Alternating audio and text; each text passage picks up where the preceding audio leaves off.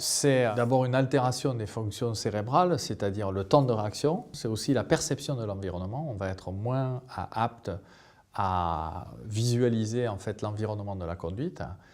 Ça peut entraîner des troubles de mémoire. Souvent, par exemple, on rate une sortie d'autoroute parce qu'on était en train de rêver, mais en fait, on ne rêvait pas, on commence à s'endormir.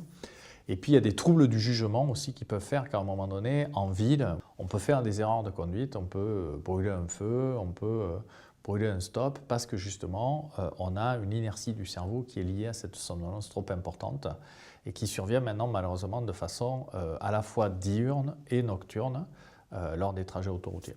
Le signe ultime, c'est bien entendu avoir les yeux qui se ferment et tomber endormi. Auparavant, on peut avoir des raideurs de la nuque, des picotements des yeux, une difficulté à se concentrer, des bâillements. Souvent, on constate des gestes autocentrés. Les gens commencent à bouger sur le siège pour se maintenir éveillés.